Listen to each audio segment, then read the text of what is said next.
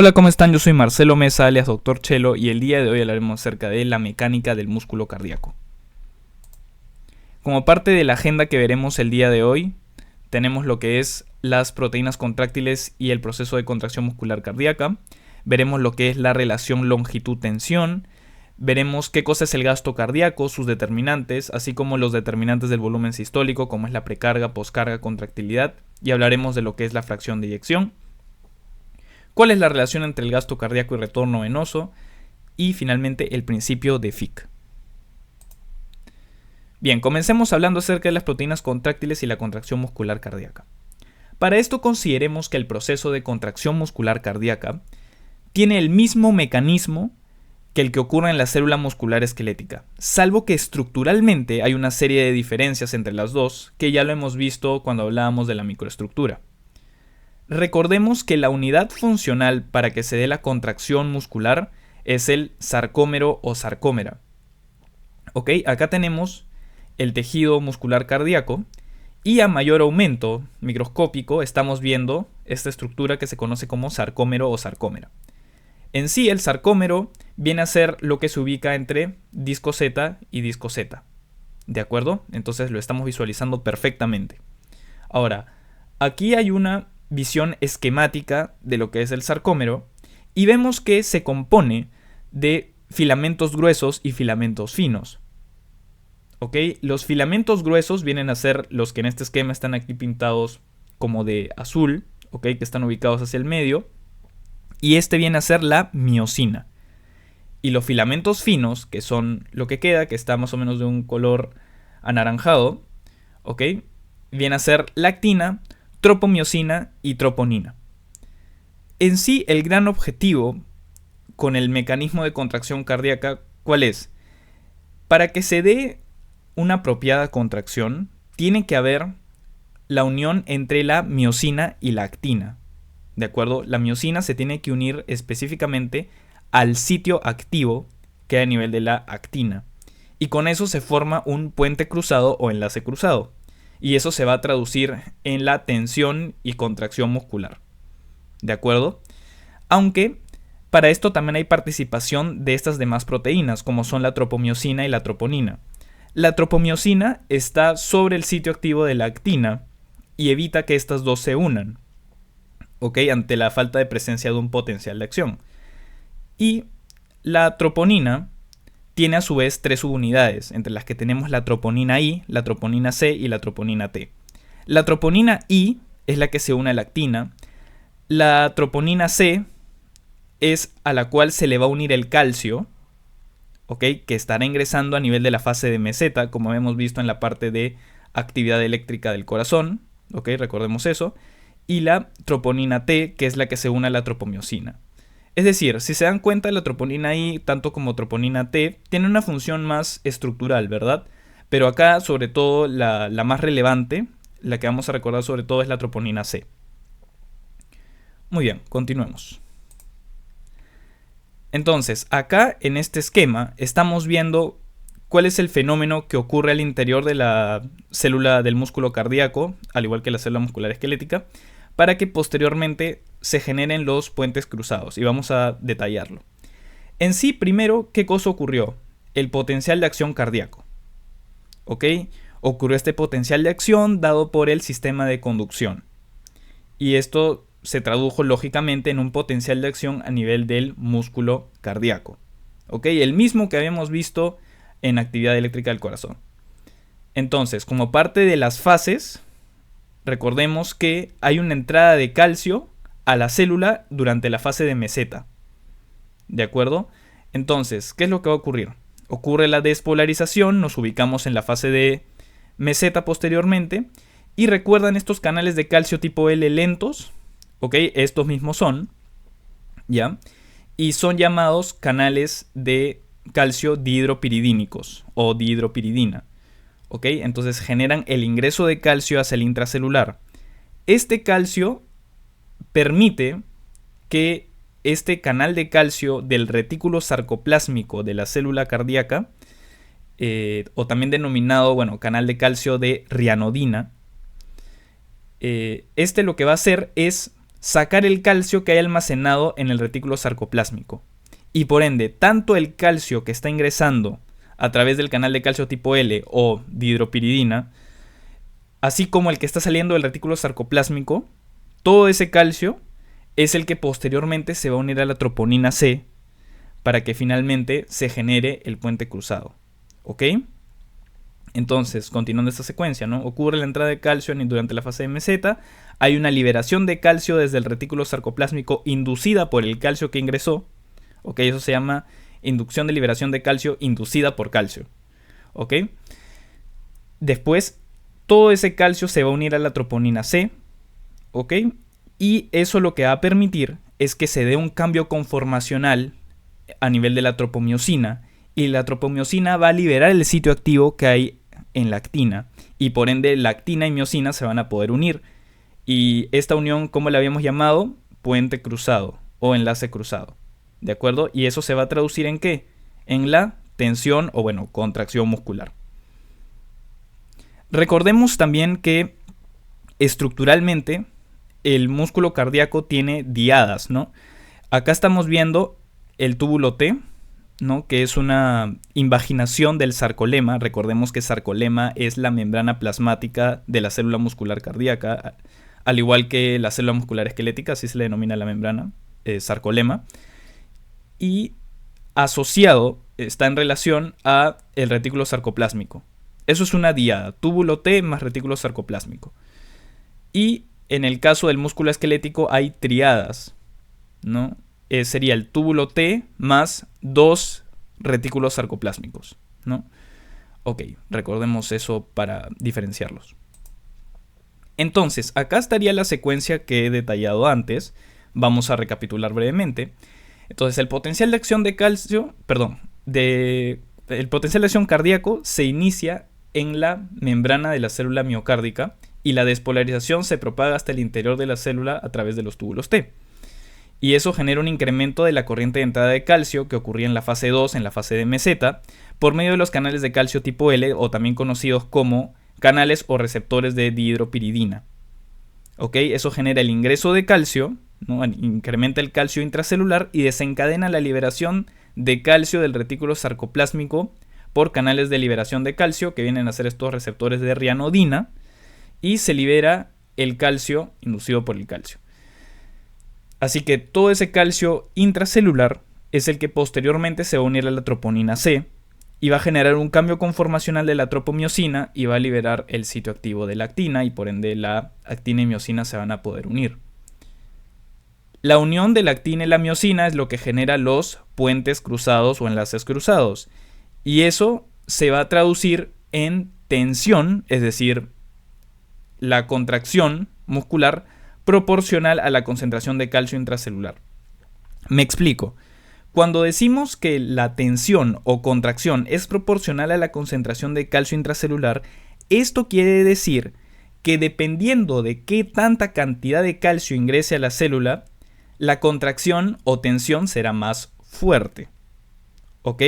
Es decir, a mayor cantidad de calcio que ingrese, la contracción será muy fuerte. Si es que ingresa muy poco calcio, la contracción será más débil. ¿Ok? Es importante recordar eso. Entonces, ¿qué influencia sobre esto tiene el sistema nervioso simpático y parasimpático? Es decir, el sistema nervioso autónomo. El sistema nervioso simpático, cuando se activa, recuerden que se liberan las catecolaminas a la sangre y se van a unir a sus receptores beta 1 que hay a nivel cardíaco. Y estos receptores beta 1 son metabotrópicos y por ende generan el incremento del AMP cíclico, y eso va a activar la proteína quinasa A y por ende desencadenar una serie de eventos, ¿no? Entre los que ya hemos visto cuando hablábamos de los efectos autonómicos del corazón. Pero faltaba detallar el mecanismo de algunos, ¿verdad? Así que, ¿qué va a hacer el sistema nervioso simpático? Genera la fosforilación de más canales de calcio tipo L en la membrana. Y esto lleva al incremento de la corriente de calcio en la fase de meseta. ¿Ok? Entonces, ¿qué cosa habíamos dicho antes? Que la tensión o contracción muscular va a ser proporcional a la cantidad de calcio que haya, ¿no? Entonces, si es que hay mayor cantidad de calcio debido al efecto del sistema nervioso simpático, ¿qué cosa va a generar? Una contracción con más fuerza, ¿no? Y por ende, si es que es más fuerza de contracción, ¿cómo habíamos llamado a ese efecto antes? Como un efecto inotrópico positivo, ¿no? Inotropismo, recuerden, influencia en la fuerza de contracción. Y como hay mayor cantidad de calcio, pues por ende habrá mayor fuerza de contracción. Así que efecto inotrópico positivo. Ya está explicado por qué se da. Ahora, ¿qué es lo que va a hacer el sistema nervioso parasimpático? Genera una disminución de la corriente de calcio de la membrana durante la fase de meseta. ¿Ok? Y por ende genera un efecto inotrópico negativo. ¿De acuerdo? Y este efecto solamente se da en aurículas.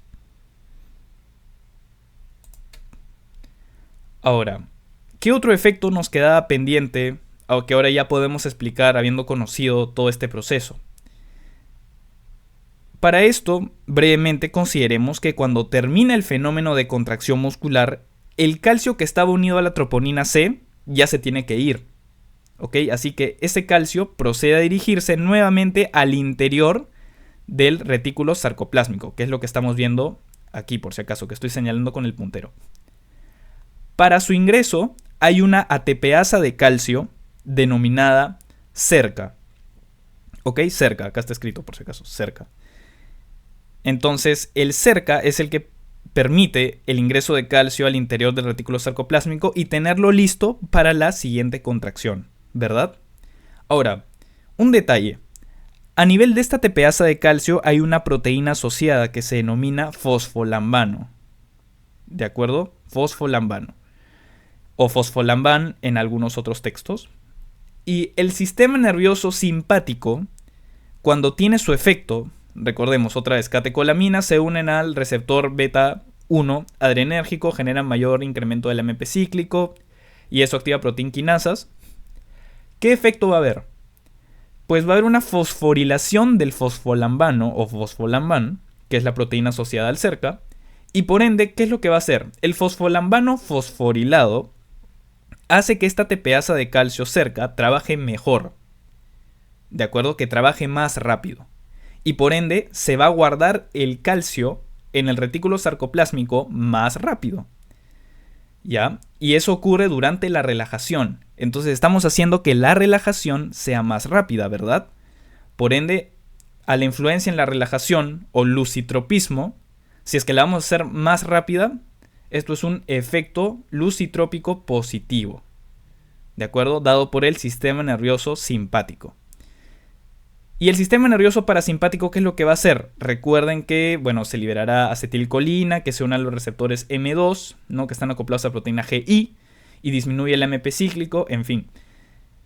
Esto lo que va a generar es que el fosfolambano no esté fosforilado, ¿de acuerdo? Y por ende, ¿qué cosa habíamos dicho? Si es que no está fosforilado este fosfolambano, la ATPasa de calcio o cerca ya no va a guardar el calcio tan rápido, lo va a hacer de manera más lenta. Y por ende la relajación va a demorar más. Y eso se denomina efecto lucitrópico negativo. Muy bien, entonces ya hemos terminado de explicar todos los efectos autonómicos que se dan a nivel del corazón.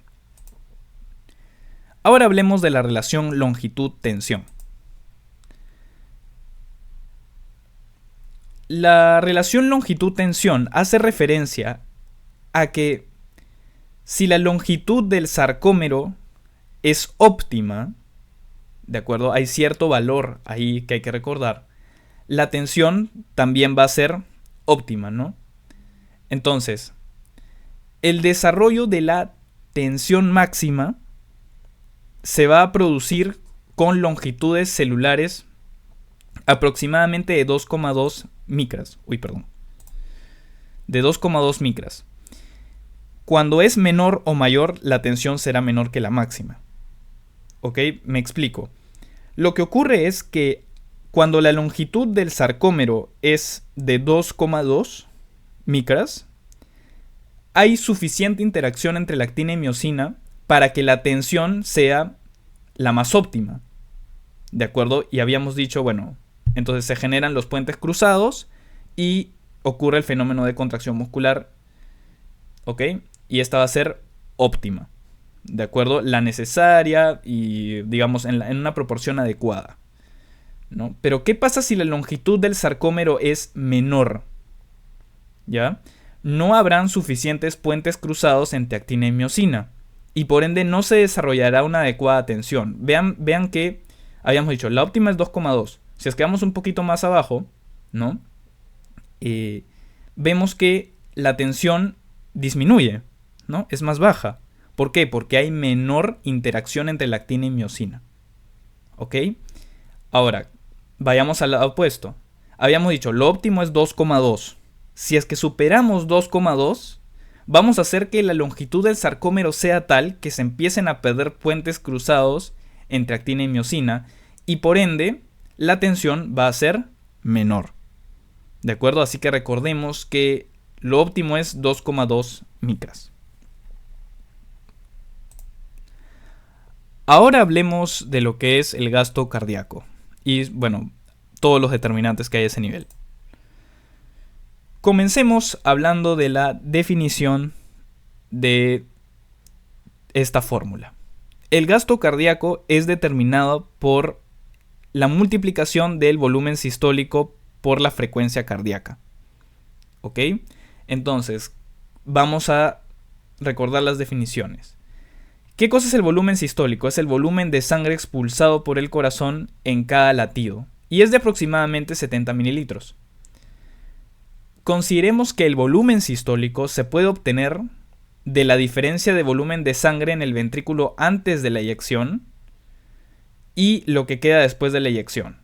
Es decir, claro, si es que supongamos que se puede, ¿no? Nosotros medimos todo el volumen de sangre que llega a nuestro ventrículo, ¿de acuerdo? Antes de que el corazón se contraiga. Es decir, medimos el volumen que hay de sangre en el corazón al final de la diástole, y con eso, si lo sustraemos de lo que queda después que el corazón se contrae, que es el volumen que hay al final de la sístole, pues podremos saber el volumen sistólico. ¿De acuerdo?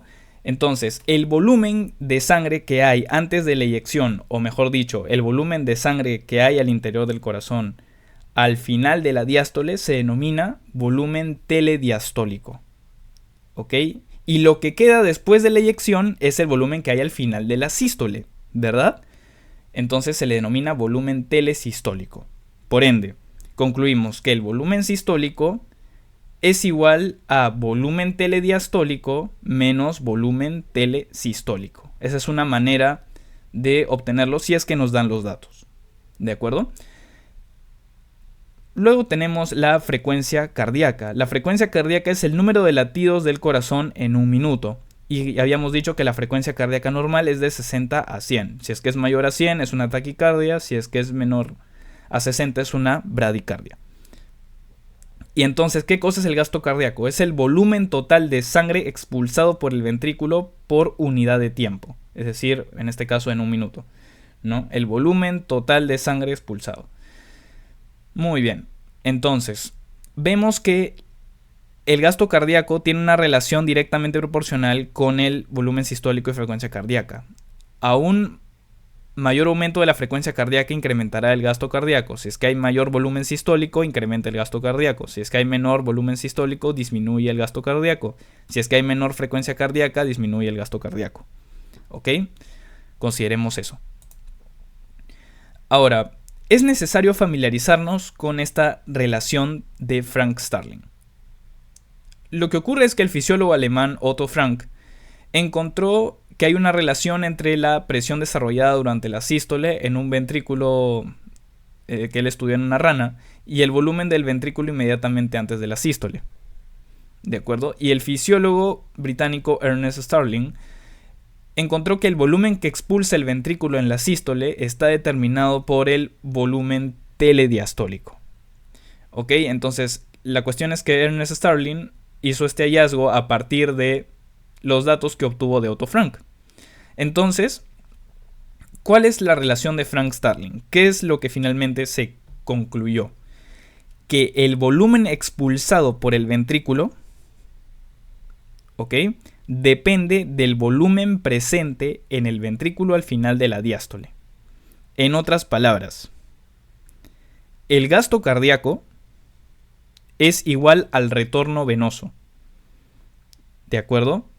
Es decir, lo que le va a llegar al corazón por medio del retorno venoso es igual a lo que el corazón va a expulsar, es decir, el gasto cardíaco. Y por ende también deducimos que el volumen telediastólico, es decir, el volumen que hay al final de la diástole, depende del retorno venoso. ¿De acuerdo? Así que este gráfico es para que se termine de entender esta definición y la podamos aplicar. Vean que por relación de Frank-Starling, ya, si es que supongamos que yo tengo un valor de volumen telediastólico a este nivel, ¿de acuerdo? Que es en sí el retorno venoso, ¿de acuerdo? Tiene el gasto cardíaco igual, ¿de acuerdo? Es una relación directamente proporcional, ¿no? Entonces es igual. Entonces, si tenemos un menor volumen telediastólico, eso se va a traducir en un menor gasto cardíaco. Si es que tenemos un mayor volumen telediastólico, esto se va a traducir en un mayor gasto cardíaco. ¿Verdad? Eso es lo que dice la relación de Frank-Starling prácticamente. Que todo lo que ingresa al corazón es lo que tiene que salir. ¿Ok? Entonces, vean también en esta gráfica que otra cosa es comparar con los efectos inotrópicos positivos o negativos. ¿De acuerdo? O sea, ya sabemos en sí qué cosa es la relación de Frank-Starling. Pero ¿qué es lo que pasa si es que hay una influencia, por ejemplo, del sistema nervioso simpático? Por más que haya cierto volumen telediastólico y uno diga, ya, ok, entonces el gasto cardíaco va a ser el mismo, ¿verdad? Por ley de Frank-Starling. Si es que hay influencia del sistema nervioso simpático, lo que va a ocurrir es que el gasto cardíaco va a incrementarse, por más que el volumen telediastólico sea cierto valor. Y eso se debe al efecto inotrópico positivo que se da. ¿De acuerdo? Solo cambios en la contractilidad como tal afectan esta relación de Frank-Starling y hacen que, por así decirlo, no se cumpla. ¿De acuerdo? Al igual que si tenemos un efecto inotrópico negativo dado por el sistema nervioso parasimpático, por ejemplo. Miren que nosotros habíamos dicho que a este volumen telediastólico se le equiparaba este gasto cardíaco, ¿no? Que era lo mismo, ¿no? Pero ¿qué es lo que ocurre? Si es que hay un efecto inotrópico negativo, miren, tenemos este mismo volumen y ahora el gasto cardíaco es menor. Y eso se debe a que hay menor fuerza de contracción. Ahora, todo esto lo podemos ver reflejado en un asa presión-volumen normal. ¿Qué cosa es el asa presión-volumen? Es un asa que permite la relación entre el volumen ventricular izquierdo, aunque también se puede utilizar el derecho, pero lo que más se usa es el volumen ventricular izquierdo, y la presión intraventricular. ¿Ok? Entonces, lo que en sí estamos viendo en esta asa es un ciclo cardíaco. Hay una sístole y una diástole. Entonces, del punto A al B es el llenado ventricular. ¿Ok? Entonces, A viene a ser el volumen telesistólico, el volumen de sangre que quedó al final de la sístole. Y después, cuando termina todo el llenado y llegó todo el retorno venoso, llegamos al volumen telediastólico, o sea, el volumen que hay al final de la diástole. ¿Ok? Entonces, a este nivel, en el punto B, hay el cierre de la válvula mitral porque terminó la diástole. Y empezamos la sístole, que empieza con la contracción isovolumétrica, es decir, el corazón empieza a incrementar su presión y se abre la válvula aórtica y se eyecta la sangre, ¿no? Este viene a ser el periodo de eyección. Y una vez termina la eyección, se cierra la válvula aórtica, se relaja el corazón, ¿no? O sea, la presión intraventricular va a bajar y se repite todo. Y listo. Entonces, habíamos dicho que el volumen sistólico era la diferencia entre volumen telediastólico y volumen telesistólico, ¿verdad? Entonces, considerando que el punto B es el volumen telediastólico y el punto A es el volumen telesistólico, el volumen sistólico es la distancia que hay entre A y B, ¿verdad? Entonces, eso es para que se identifique cada componente de una presión volumen normal. Muy bien, entonces, habíamos hablado de los determinantes del gasto cardíaco, ¿verdad? Que es la frecuencia cardíaca y el volumen sistólico. Pero a su vez, el volumen sistólico está determinado por 3 parámetros importantes. Uno es la precarga, otro es la poscarga y otro es la contractilidad. Entonces, vamos a definir qué cosas son estos 3 parámetros para después ver su relevancia, ¿de acuerdo?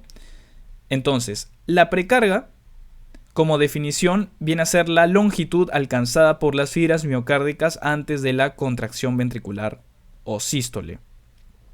¿De acuerdo? Esa es la definición de precarga. Ahora, ¿cómo podemos nosotros reflejar la precarga de manera óptima? Su representación más fidedigna, por así decirlo, es el volumen telediastólico. ¿De acuerdo? Entonces, claro, ¿por qué? Porque el volumen telediastólico, el volumen que hay al final de la diástole, es el que va a generar que haya cierta longitud alcanzada por las fibras miocárdicas, ¿no? Entonces, si es que está al final de la diástole, va a ser justo antes de la contracción ventricular, ¿de acuerdo? Entonces, el volumen telediastólico es la mejor representación de la precarga. Consideremos eso. Entonces, ¿qué es lo que va a ocurrir? Cuando nosotros modificamos la precarga, es decir, hacemos que, por ejemplo, el retorno venoso sea mayor, con eso incrementamos el volumen telediastólico. Si es que el volumen telediastólico está incrementado, por ende va a haber mayor longitud alcanzada por las fibras miocárdicas antes de la contracción ventricular. Y por ende la precarga incrementa. ¿Sí? Si es que incrementa la precarga, pues va a incrementar el volumen telediastólico. Este es el asa presión volumen normal. Y vemos que cuando incrementa la precarga, pues obviamente el llenado va a ser mayor. El volumen telediastólico va a ser mayor porque miren, se corre hacia la derecha. Y el volumen sistólico incrementa. ¿Ya? Ahora lo medimos. Volumen sistólico de acá hasta acá. Vean que incrementó, ¿verdad? ¿Por qué? Por ley de Frank-Starling. Entonces, cuanto mayor es el volumen telediastólico, mayor es el volumen sistólico. ¿Ya? Recuerden, todo lo que ingresa al corazón es lo que tiene que salir. Es lo mismo. ¿De acuerdo? Entonces eso es lo que ocurre cuando aumenta la precarga. Cuando aumenta la precarga, aumenta el volumen sistólico. Ahora, veamos el caso opuesto. ¿Qué pasa si es que disminuye la precarga? Por ejemplo, ¿en qué situaciones va a disminuir la precarga? Cuando tenemos una hemorragia, por ejemplo, y perdemos un montón de sangre. Entonces el volumen del ventrículo izquierdo va a ser menor, va a haber menor retorno venoso, y por ende el asa sería más pequeña, ¿no? Sería un poco más pequeña, ya no llegaría hasta acá, ni mucho menos aquí, llegaría acá, por ejemplo, el llenado, y el asa se completaría de esta manera, ¿no? Entonces, ¿qué es lo que va a ocurrir? El volumen sistólico, si se dieron cuenta, disminuyó, ¿verdad? Entonces, ¿qué cosa quiero que se lleven de aquí? Que el incremento de la precarga incrementa el volumen sistólico y por ende incrementará el gasto cardíaco, ¿verdad? Y si es que la precarga disminuirá el volumen sistólico y por ende disminuirá el gasto cardíaco. ¿Ok? Ahora veamos qué otro parámetro está ahí para determinar el volumen sistólico. Tenemos la poscarga. ¿Qué cosa es la poscarga? Es la fuerza que el ventrículo tiene que vencer para poder eyectar la sangre hacia la aorta. Entonces, ¿cuál sería esa fuerza que el ventrículo tiene que vencer para poder eyectar la sangre hacia la aorta? Lo que mejor representa esto es la presión arterial media aórtica. La presión arterial media aórtica tiene que ser superada para que la sangre sea eyectada. ¿Por qué? Porque recuerden que la sangre siempre va de donde hay mayor presión a donde hay menor presión. ¿Ok? Eso lo hemos visto en los videos de hemodinámica. Entonces, ¿qué es lo que va a ocurrir si es que hay un incremento de la poscarga? Por ejemplo, ¿en qué situaciones hay un incremento de la poscarga? En estenosis aórtica e hipertensión arterial. ¿De acuerdo? En estas situaciones, en la estenosis aórtica incrementa la poscarga porque la válvula aórtica no se puede abrir adecuadamente. ¿Ok? Y en la hipertensión arterial, el incremento de la poscarga ocurre porque la presión arterial media aórtica es mayor. ¿Ok? Entonces, si es que la PAM aórtica está incrementada, ¿qué es lo que va a ocurrir? Va a disminuir la velocidad de acortamiento de las fibras musculares, ¿ya? Y por ende eso se va a traducir en una disminución del volumen sistólico. Si es que disminuye el volumen sistólico, disminuye pues el gasto cardíaco y con eso disminuirá la presión arterial media. Así que para poder el corazón sobreponerse a esta estenosis aórtica o hipertensión arterial en la que la fuerza que se le opone a la eyección es mayor, el ventrículo va a tener que contraerse con más fuerza para hacer que el volumen sistólico y por ende el gasto cardíaco sean óptimos, ¿verdad? Entonces, ¿cuál es la típica consecuencia ante una situación que incrementa la poscarga? Que haya una hipertrofia ventricular izquierda. ¿Ok? El ventrículo tiene que hipertrofiarse para poder contraerse más fuerte y de esa manera generar un óptimo volumen sistólico y por ende un óptimo gasto cardíaco. Así que esto es lo que estamos viendo en esta asa, ¿verdad? Tenemos aquí el volumen del ventrículo izquierdo, ¿no? Recuerden que el asa azul es el normal, pero ante un incremento de la poscarga, lo que ocurre es que el asa, si se dan cuenta, se hace más alta, ¿ok? El ventrículo tiene que desarrollar mayor presión para poder eyectar un volumen sistólico óptimo, como hemos dicho. Entonces, esta fase de contracción isovolumétrica, si se dan cuenta, es mayor. ¿De acuerdo? Como dije, el ventrículo tiene que generar mayor presión para poder vencer la PAM aórtica, por ejemplo, ¿no? Y por ende, esta sería la fase de eyección, ya saben, y el volumen telesistólico, vean que incrementó. Quedó cierto volumen residual mayor a lo que normalmente deberíamos tener. ¿Por qué? Porque no se eyectó por completo. ¿Ok? Y esto lo que va a generar a largo plazo, como complicación, ya sabemos, la hipertrofia ventricular izquierda. ¿Ok? Y vean que el volumen sistólico disminuyó. ¿De acuerdo? Entonces, lo que quiero que concluyan aquí es, si es que incrementa la poscarga, disminuirá el volumen sistólico. Por ende, si es que disminuimos la poscarga, es decir, la PAM aórtica disminuida, ¿no? La fuerza que se le opone al ventrículo es menor, el ventrículo va a poder eyectar la sangre con mayor facilidad, ¿verdad? Por ende, el asa se va a hacer un poco más pequeña, ¿no? Por una disminución de la poscarga. Y, bueno, con eso incrementará el volumen sistólico. ¿De acuerdo? Entonces, la poscarga tiene una relación inversamente proporcional al volumen sistólico. Mayor poscarga, menor volumen sistólico. Menor poscarga, mayor volumen sistólico. ¿Ok? Muy bien. Ahora, veamos la influencia que tiene la contractilidad o el inotropismo, que ya hemos revisado, en lo que es nuestra asa. La contractilidad o inotropismo se define como la capacidad intrínseca de las células miocárdicas para desarrollar fuerza a una longitud concreta de la célula muscular.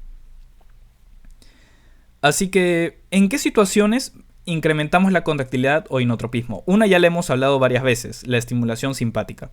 La estimulación simpática genera un efecto inotrópico positivo. Perfecto. Y el consumo de digitálicos, por ejemplo, como la digoxina. ¿Ya? Estos digitálicos lo que son fármacos inotrópicos positivos. ¿Ok? Y por ende, si es que incrementan la contractilidad, mayor fuerza de contracción, va a haber mayor volumen sistólico. ¿Ok? ¿Qué es lo que va a pasar? Vean aquí, como dije, el azul, el asa normal, y cuando hay mayor contractilidad, vean que la fase de eyección es mayor. ¿Ok? Y por ende el volumen telesistólico va a ser menor. Se eyectó más volumen del que estábamos esperados. ¿Por qué? Porque hay un incremento de la contractilidad. ¿De acuerdo? Entonces el volumen sistólico, vean que incrementó. ¿Verdad? Entonces, otra relación que hay que tomar en cuenta aquí. La contractilidad, cuando ésta incrementa, se incrementa el volumen sistólico.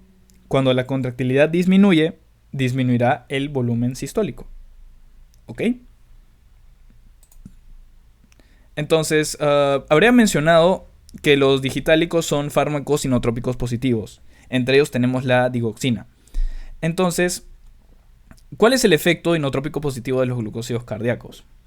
Pues sencillo, los glucósidos cardíacos van a bloquear la ATPasa de sodio y potasio.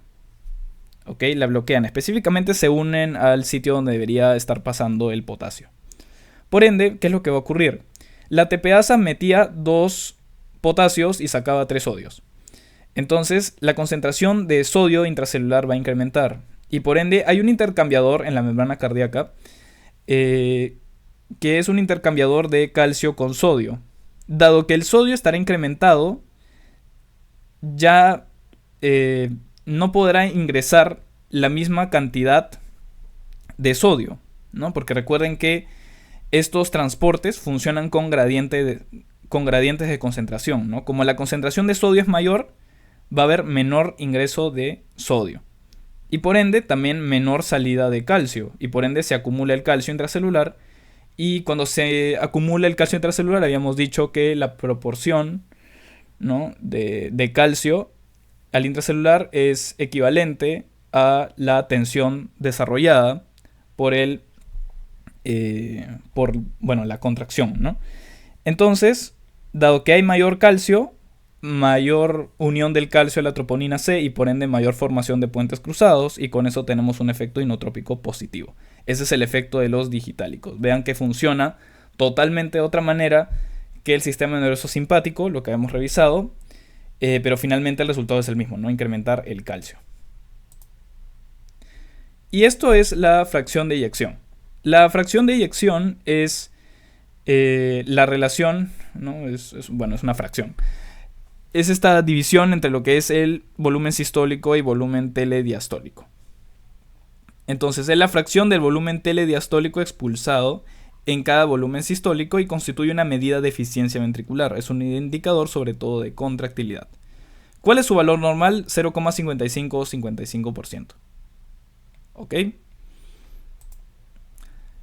Ahora sí, integremos todo lo que hemos explicado en las últimas diapositivas para que ya quede 100% fijado. Esta es otra fórmula que espero que consideren cuando hablamos de presión arterial media. La presión arterial media es el producto de la multiplicación del gasto cardíaco por la resistencia periférica total.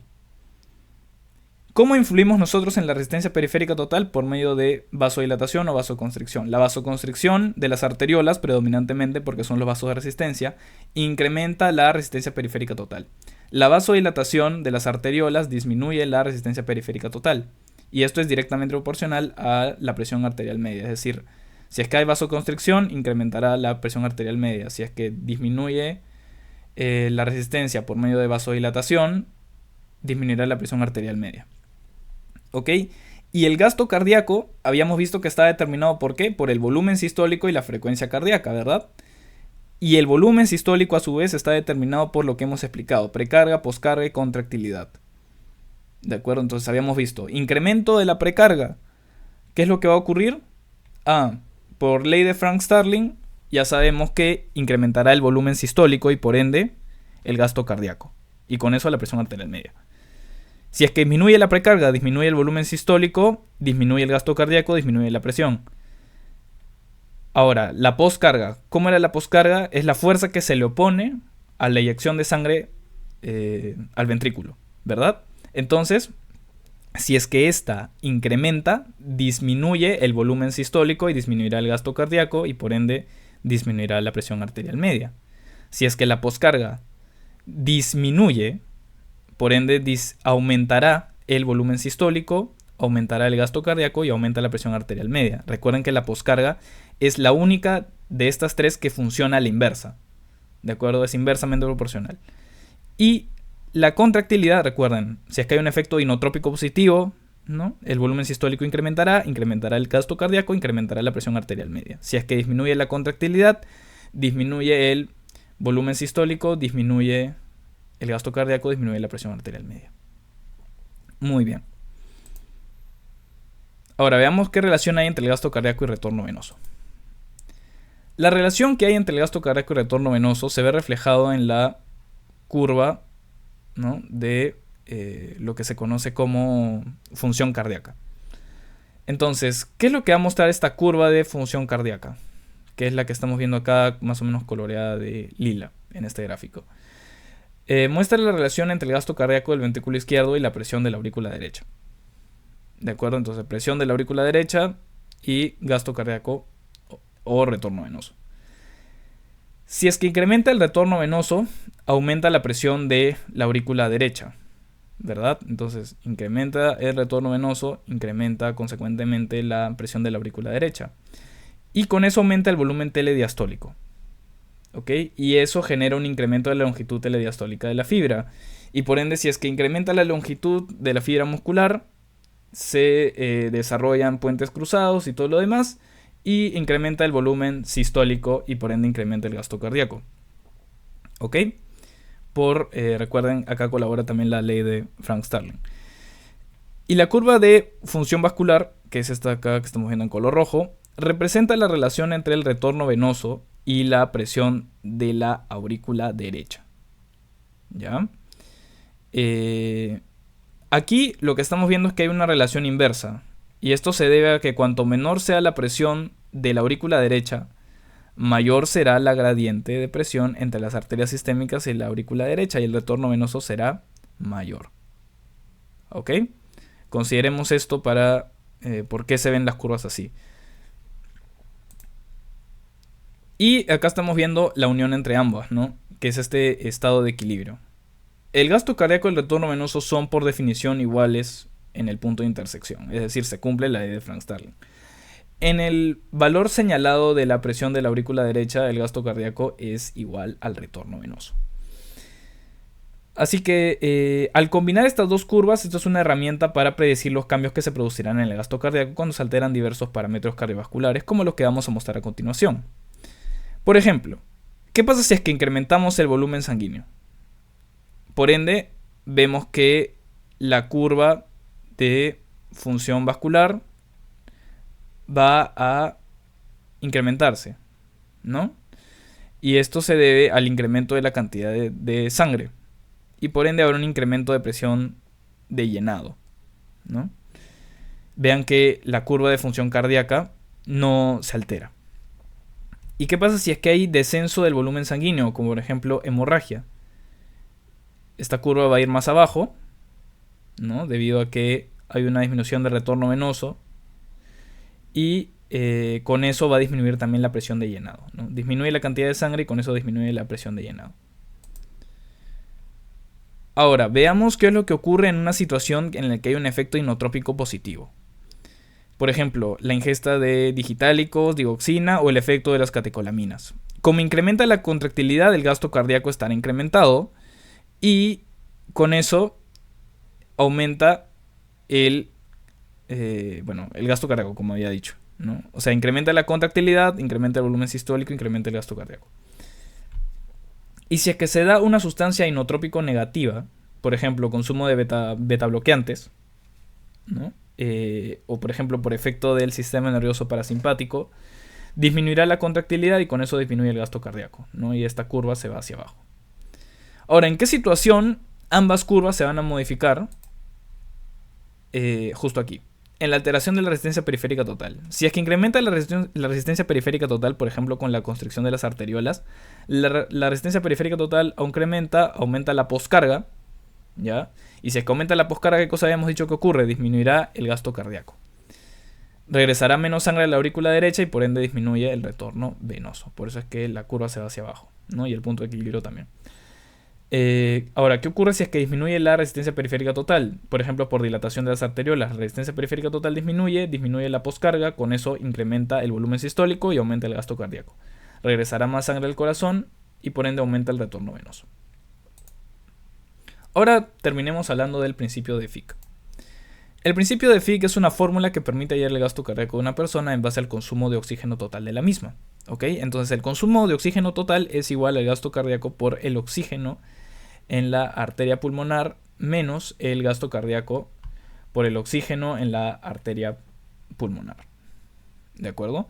Entonces, si es que queremos abreviar más esta expresión matemática, podemos aplicar la propiedad distributiva, ¿no? Entonces, el consumo de oxígeno total es igual al gasto cardíaco por la diferencia del oxígeno en la vena pulmonar y en la arteria pulmonar. ¿De acuerdo? Entonces, en sí, el consumo de oxígeno total es igual al flujo o gasto cardíaco por la diferencia arteriovenosa de oxígeno. Consideremos eso, ¿de acuerdo? Entonces, si es que nosotros nos dan el valor del consumo de oxígeno y pasamos la diferencia arteriovenosa, si es que nos la dan para calcularla, ya sabemos más o menos cómo, la pasamos hacia el otro lado por una simple operación matemática, ¿no? Cómo funcionan las ecuaciones para despejar una variable, y dividimos el consumo de oxígeno total por la diferencia arteriovenosa y eso nos sale el flujo o gasto cardíaco. ¿Ok? Entonces, para eso es importante el principio de Fick. Muy bien, estas son las fuentes que utilicé para el desarrollo del video de hoy. Espero que les haya servido. Dejen su like, suscríbanse y ya nos vemos en el próximo video. Gracias.